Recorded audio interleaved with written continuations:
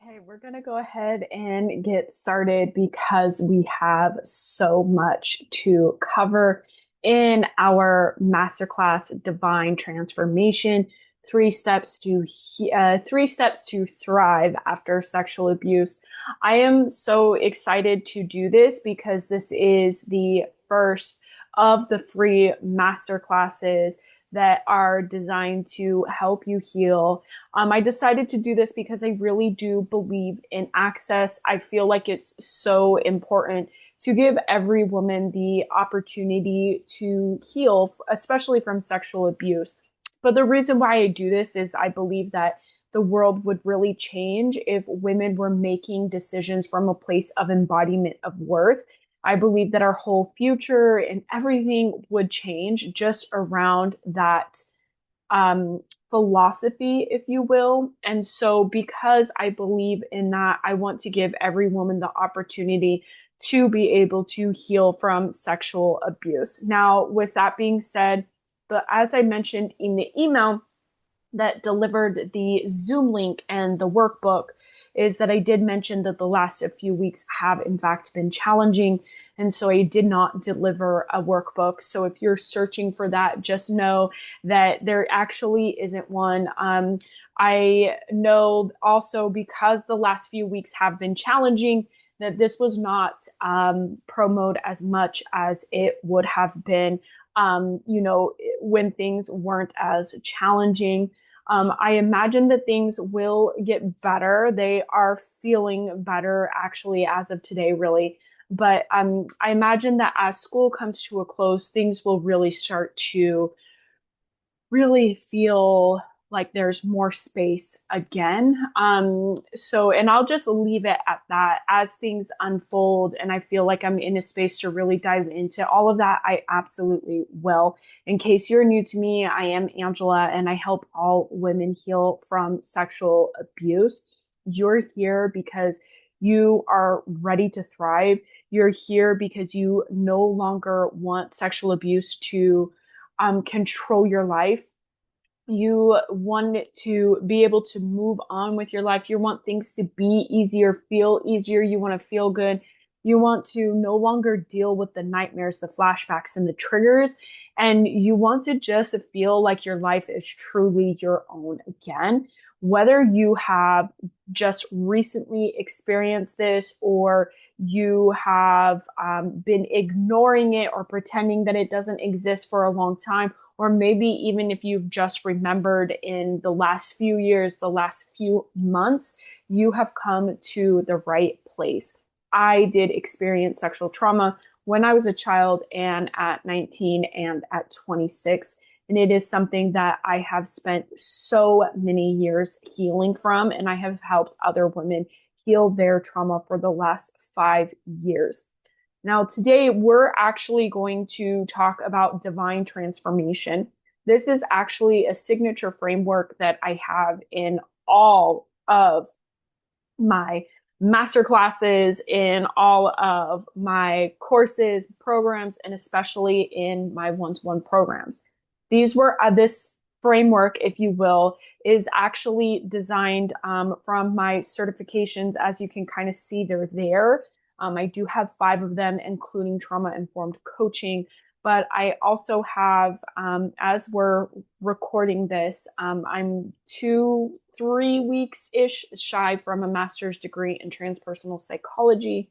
And that I'm also unofficially certified in ICF. And so that makes me eligible to become ACC accredited, which is a lot of lingo, I know, but it really puts me, since the coaching industry is not necessarily regulated, it puts me in a place that I am potentially regulated by a regulated body.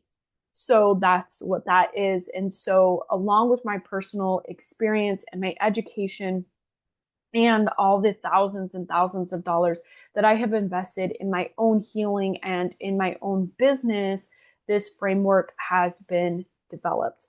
I also developed this framework because I was truly struggling with inner conflict. I was constantly dealing with trying to force myself to feel good, trying to force myself to think really positive. Even though I had been going through this healing, I just didn't understand why I wasn't happy. I didn't understand why I wasn't just thinking positive. I didn't understand why things weren't just working out. And that's when I went on this mission, and it found me essentially, is that safety or being regulated is more important than working on your mindset. And I know that that sounds absolutely crazy, because especially in the online industry, there is so much preaching about your mindset, just shift your mindset, just shift your mindset. The reality is that, and again, I have certifications, I understand what they're saying, right? Use NLP, reframe your trauma, all of those things. To me, those are actually bypassing. There is no way for you to reframe your trauma, even if you want it to mean something different. And I'm all for that. It doesn't take away the triggers, it doesn't take the reaction out of your body, it doesn't take the trauma out of your body. So, this is when I realized how important it is to put the body or safety above mindset. So, this is how it was actually created: safety, working with the body. Once we feel safe, then we can work with energy, right? Energy just means emotions. And now that we are feeling safe, we're able to hold space for our emotions. Well, now we can focus on our mindset. Now we can reframe. Now we can shift. Now we can think positively and do all of those things and notice our thoughts. Because what's happening when we don't actually focus on safety, when we don't hold space for our emotions, our mindset is truly just a symptom of all of these things that we're not actually focusing on, that we need to focus on. So for me, I always had to handle these first before I could handle mindset. And for other people, that may not actually work for them. And that's totally fine. I'm with that. But for me and my clients, it's always been this way feels really good. And then the mind comes with it. And what you will notice is that your mind actually shifts naturally. It's one of the most powerful things that I have actually learned how to do. And so I'm really excited to dive into this. And not only am I going to give you the framework of this, I'm actually going to give you tasks or activities that will allow you to shift into this idea of safety and energy and holding space and your mindset. Okay. So let's go ahead and talk about number one. Number one, to being able to thrive after sexual abuse is to focus on safety. Now, this one is something that I'm all about. It's all about having a regulated nervous system. Now, your regulated nervous system means that you are able to move in and out of the sympathetic and the parasympathetic nervous system easily, okay, when you're regulated, because the reality is that your body is going to go into fight or flight or into the sympathetic nervous system. I almost got them mixed up. So it's okay that you're going into the sympathetic nervous system. There's nothing wrong with that. It just means that you want to do things that allow you to bring your body back into the parasympathetic nervous system. So the reality is that, and especially online, a lot of people actually get this, I don't want to say wrong, but they don't get this all the way complete. Okay, when we're talking about coming into the parasympathetic nervous system, a lot of people, especially online, talk about rest and digest. And I love that. We want to be rest and digest, right? We want to get all those toxins out. We want our body to be working properly and digesting. The thing is that I believe that there's actually another layer to it. And this is actually something that I learned while I was getting my trauma-informed certification from the Center of Healing, is that there's actually another layer to being regulated, and this is safety and connection. And so it is very important for you to, yes, be in rest and digest, but even be a little bit further. I know you can't see my hand, but for you to be a little bit further down into safety and connection. And what does safety and connection look like? It might look like, being around people that you trust and feel safe with. It might look like being in your room and reading. It might look like journaling and connecting with yourself. It might look like maybe even running or doing something like that, which is a little bit iffy because running does put your body into a stress response, but that's for another day. So the thing is that you really want to be in a place of safety and connection, not just rest and digest. So when we're looking at this in terms of how do I feel safe, how do I regulate my nervous system after something so traumatic has happened in my life, the reality is it depends on how much work you have done prior to this masterclass. If you're someone who has done the work, maybe you've done the journaling, like the recovery journal that I have, which is on Amazon. All you have to do is type in my name, Angela Turpin, and then it will pop up. Maybe you've done the journaling, maybe you've even seen a therapist, all of those things, then I actually highly recommend that you work with my meditation, the nervous system, the reset and rewire meditation. You can actually find it on my YouTube channel. It is super powerful. It is one of my most watched meditations and listened to meditations. But it's also so powerful. And when I work with my clients one-to-one, not only do they get this meditation, but they get several more that are designed to allow their nervous system to reset and rewire, even at a deeper level. And it is so powerful.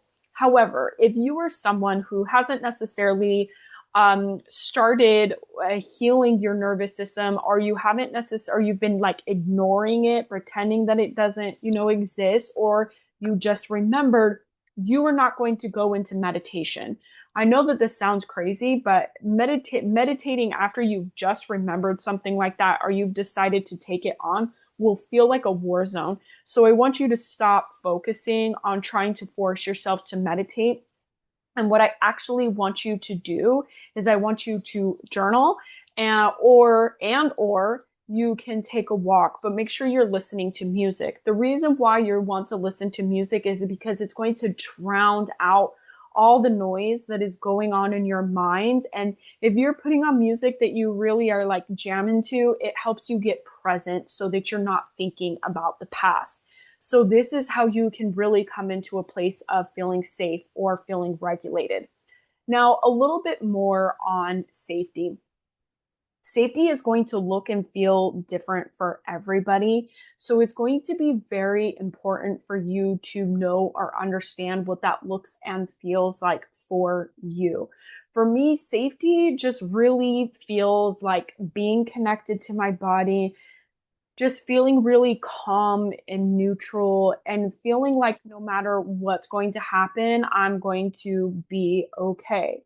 So that may not be what safety looks like and feels like for you, and only you are able to decide that. Even if we work together one-to-one, I could not tell you what that's going to look like for you or feel like for you. You have to decide that. You've got to be able to be willing to go on the journey to figure that out. And so sometimes that means that you might sprinkle in self-care and running. And sometimes that means that you don't do the things that you were doing, or you're watching less TV, scrolling less. You're not around certain people anymore. You don't go to certain places anymore. So it's just going to look very different for each individual, and that's completely okay. Again, this is really about focusing on what works for you. I recommend journaling and or walking with music on, because this is going to be very powerful. Now, it doesn't necessarily have to be music. Maybe it's podcast or something like that. But I would recommend a podcast that doesn't cause any triggers. So I would not be listening to like murder mysteries and, unsolved mysteries and crimes and things like that. Would not be listening to that. The reality is that especially with those types of things, that does dysregulate your nervous system. You do want to be aware of what it is that you're consuming.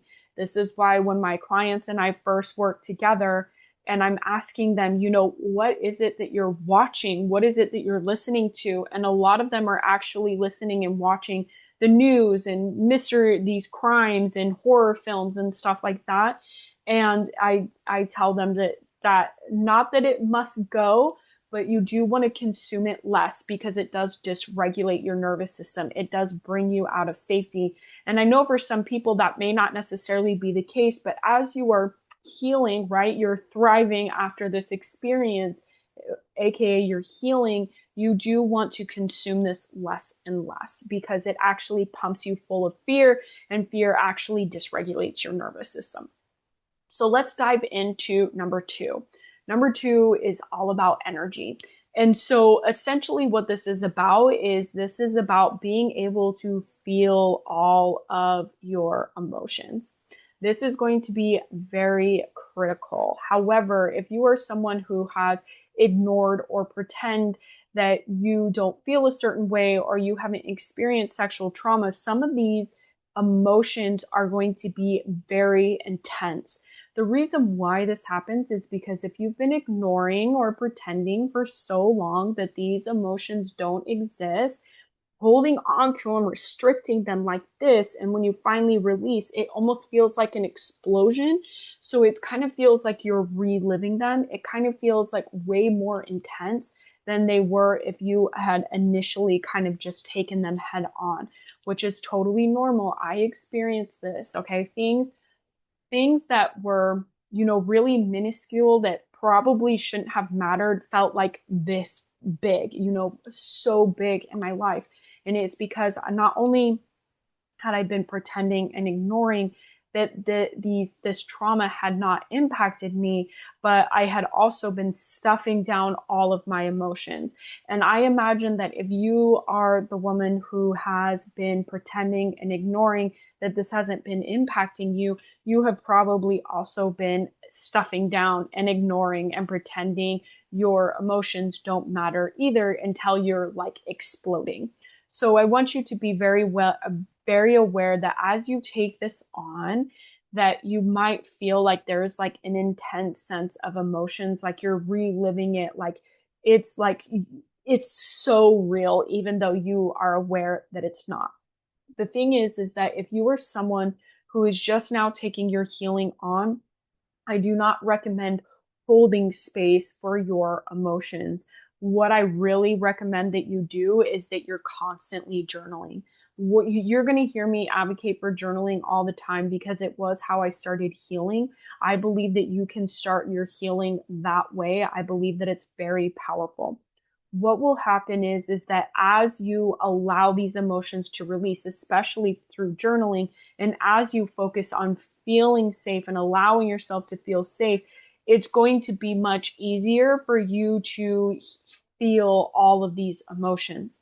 What also helps a lot in allowing you to feel safe and feel like you are capable of holding space for these intense emotions is my technique, releasing without reliving.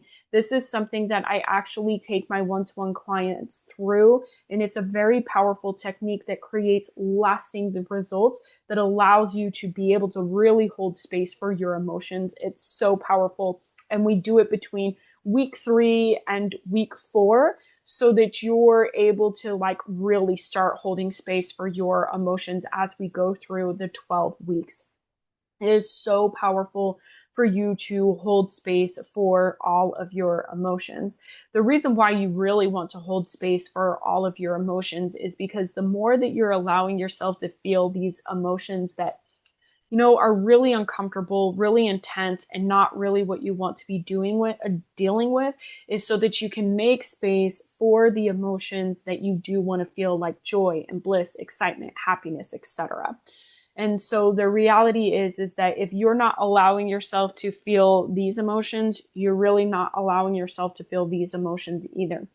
One of the biggest lessons that I have learned about healing trauma is that you don't necessarily heal trauma so that you'll stop feeling angry. It's actually so that you can make space to feel good. And so that's something to really keep in mind.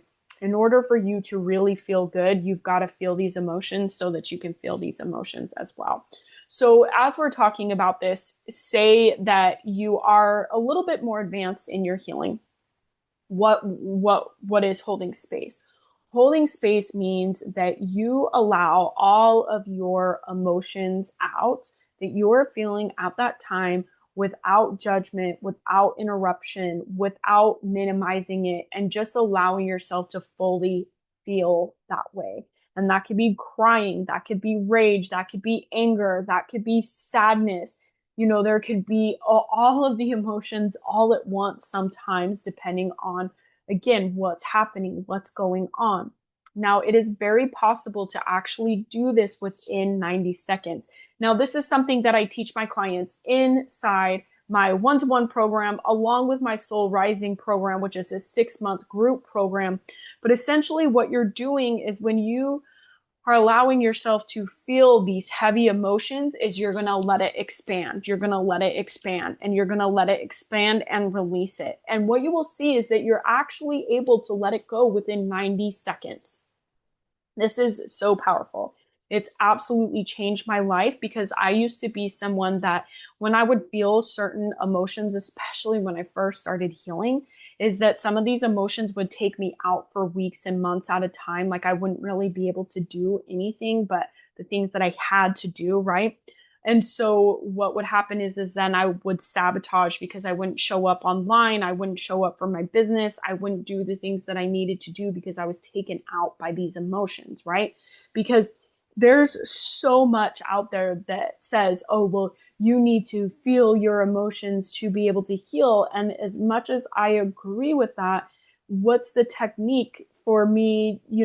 What's the technique to release it immediately? Because I do have shit to do, right? And I'm sure you do too. So the reality is that, yes, you do want to feel your emotions, but there's a way to let it go within 90 seconds so that it's completing that emotional cycle and leaving your body, because you've allowed it to expand. You do not have to sit in these emotions for hours and days and weeks and months like people want you to believe that you have to, because at what point is it sabotage rather than really allowing yourself to break free from these emotions? Another thing that I do want to mention, if you are someone who is really struggling with anger and rage, which is naturally so, women that have experienced sexual abuse deal with a heightened level of rage. This is why, even in my one-to-one program, again, we actually release rage. The reason why we release rage is because you might be holding onto it because of your sexual abuse experiences. And it's important for you to also be aware and channel this rage into something that allows you to exert that energy. So this really might look like an intense workout. Maybe it's running, maybe it's walking, maybe it's heavy lifting. You really want to be able to channel it into something that allows you to exert all of that rage. Now, as we're talking about this rage and this anger, it might make you uncomfortable, especially in the online space when we're talking about the spiritual community. It's like not okay to have anger and rage. And I call bullshit, because number one, of your experience, naturally you're going to have anger and rage. The reality is that altogether, in general, there's nothing wrong with your emotions. We've been taught and conditioned to believe that there's something wrong with our emotions. It's really about what you do with these emotions that actually matter. So you truly want to be aware of that. Don't drink the Kool-Aid on you're not allowed to feel a certain way, or you shouldn't be feeling a certain way.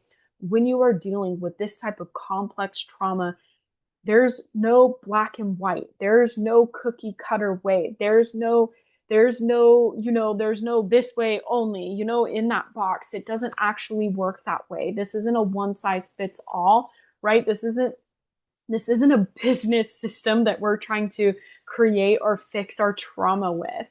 This is actually something that is going to look very different for you, very different for her, very different for the next person. And that's completely okay.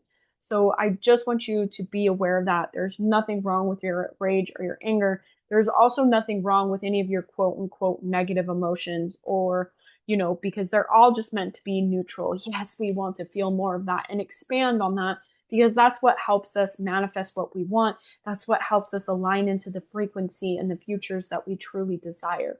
But the reality is that we are cutting ourselves off by not feeling these emotions because of how uncomfortable they are. Again, if you are someone that is just beginning this journey, I recommend journaling, not necessarily just sitting there and feeling all of your emotions.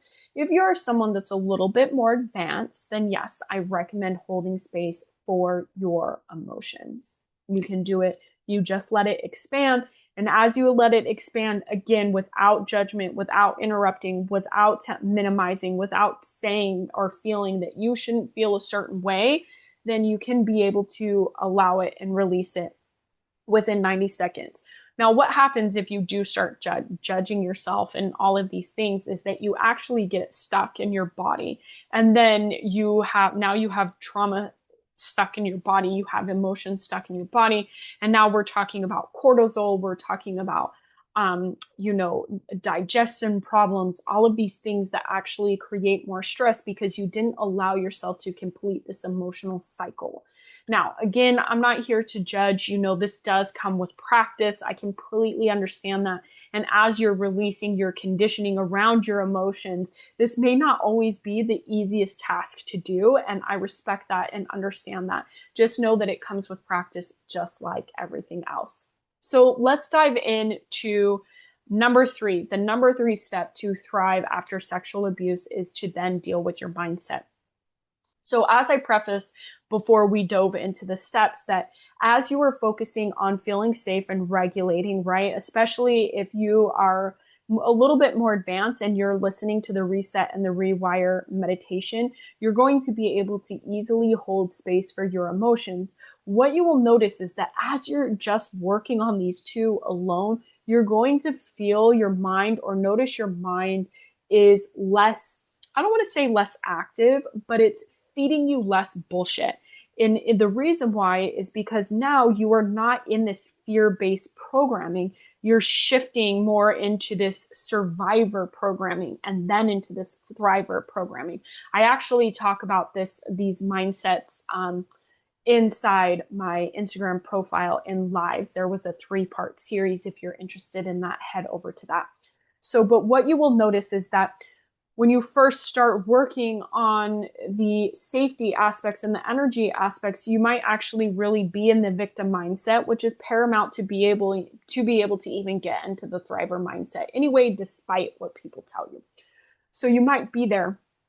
And what you will notice is that as you're focusing on resetting and rewiring your nervous system and feeling safe, as you're focusing on holding your emotions and allowing them, you will notice yourself as shifting into this survivor. Things are not as as chaotic as they are. Things are not as dramatic as they are. You're less angry. You're less reactive. You notice that things are starting to shift also in your outside world, right? Things are starting to go more your way. You notice, certain things are really starting to change. You also probably feel lighter. And then what happens is we bring this mindset picture into play. The mindset picture is truly about the things that you are saying to yourself, the things that you're thinking, and also your limiting beliefs. This is going to be huge because even though, yes, we're working on these things, and yes, it's naturally shifting your mindset, there will be a point in time where your mindset is going to, in fact, be your biggest focus. The reason why you want it to then, once you focus on these, to become the biggest focus is because what you will notice is that as a trauma survivor, just in general, but especially with sexual abuse, you may be addicted to struggle and that identity. And what happens is that when you are addicted to this identity, you are attached to limiting beliefs and thoughts that are truly causing you to stay in this struggle, to stay attached and addicted to this identity of struggle. So it's going to be very important for you to be aware of your thoughts. It's going to be very important for you to be aware of the things that you're thinking and how you're thinking them and what you're thinking them about. And additionally, of course, your limiting beliefs. Your limiting beliefs are going to be look like, all men are the same. Money is the root of all evil. I can't have that. I have to work really hard for that. I can only make money if I struggle for it. My parents struggled, so I have to struggle. Those are going to be your limiting beliefs. It's going to be very powerful for you to be aware of this, because even though, yes, you're working on these things and things are shifting, this is still creating your reality. They all go together. Again, it's not one or the other. It is all three. And it's all three because it's going to be so much easier to shift your mindset into alignment with who it is that you want to be and where it is that you want to go by focusing on your safety and your energy first. So what are you going to do to be able to start to shift your mindset? Number one, you want to be aware of the thoughts that you're thinking. And when you're thinking them, who are you around and what is it that you're doing? Because this will help you notice that maybe you have some unhealthy childhood conditioning, which is very much a reality for most sexual abuse survivors. And how do you know if you have unhealthy childhood conditioning? Doubt, inner critic, perfectionism, things like that, that comes from unhealthy childhood conditioning. So, and then number two, you want to, now that you're aware, number two, you want to kind of focus on shifting some things that you say or think at a time. So, like trying is trying in your vocabulary. I'm trying to do this. I'm trying to make this happen. I'm trying to think about this. I'm trying. This one has been the word that I've had to let go of the most in my vocabulary. We use it a lot.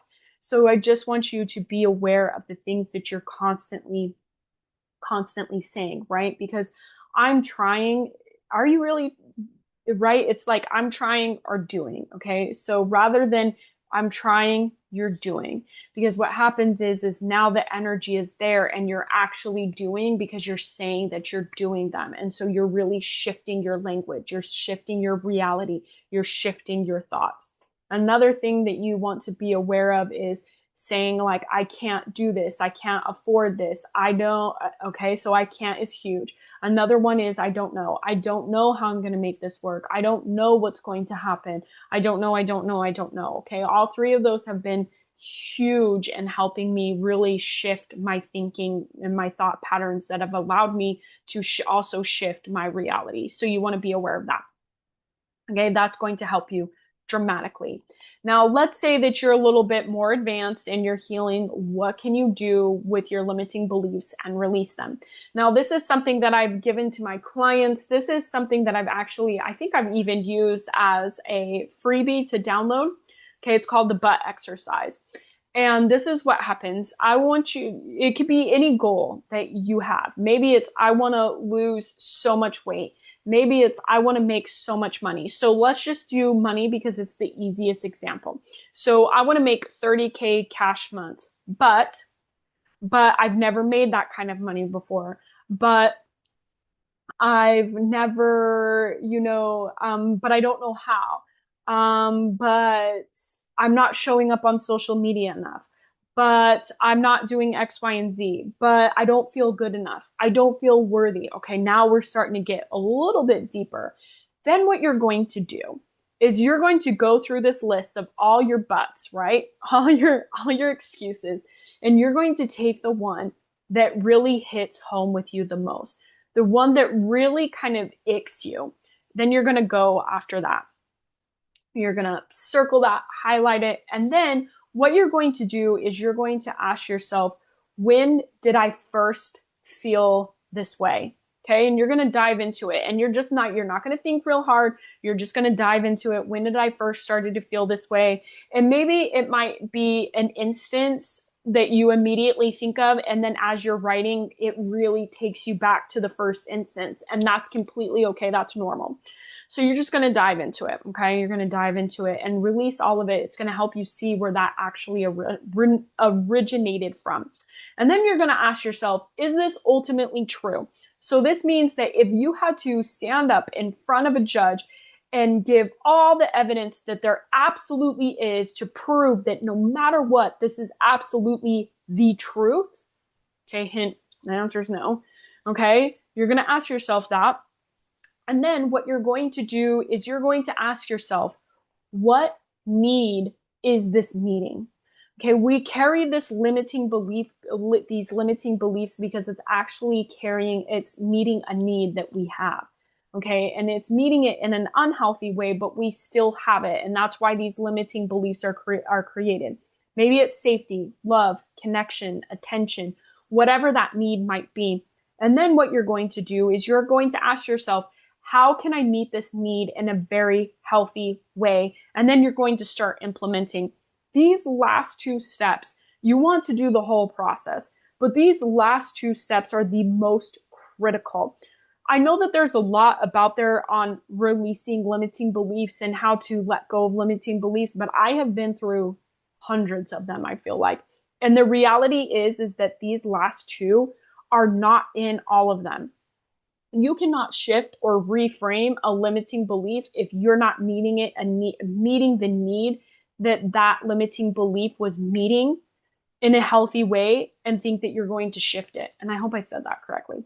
Okay, so you want to be aware of that. You want to make sure that you are in fact meeting this need in a healthy way so you can release this limiting belief and then come in with a reframe. If you don't do these two, the rest of it doesn't matter. It just doesn't matter, because you will continue to carry that limiting belief because it is meeting a need. And it usually, especially for sexual abuse victims, it's usually safety, connection, love, usually along those lines. I don't think any of mine have fallen any different. So this is how you're going to be able to shift your mindset and make it work for you. This is how you thrive after you have experienced sexual abuse. You focus on safety and energy first, and then you come into your mindset. This will absolutely change your life. This will allow you to thrive after trauma. And I think that this is so powerful, so powerful. In fact, it's in almost everything that I do. In my master classes, I talk about it. In my one-to-one programs, it's in there. In my group programs, it's in there. It is such a powerful, powerful piece that I truly believe in. And this is how you create transformation in your life. And this is how you thrive after you have experienced sexual abuse. Okay, I'm going to go ahead and turn off the record button. We'll dive into a Q&A. In the replay, you will only see the teaching. I do not record any Q&A sessions because I understand that this is a very private matter. If you are inside my Community Made membership, this will actually automatically be uploaded into a space for you. So, and if you're interested in that, please join me, ask me about it. We can get inside that Community Made membership as well. Additionally, this is what I have for you, and you will see it up on the replay, and I will see you all later. Bye.